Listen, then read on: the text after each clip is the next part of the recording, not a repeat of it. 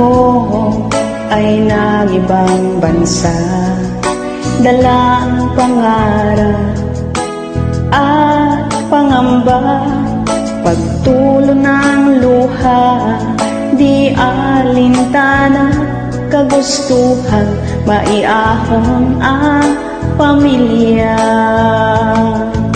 Mahirap man buhay sa ibang bansa, madalas kuyahan, kalam ang sikmura, kinakain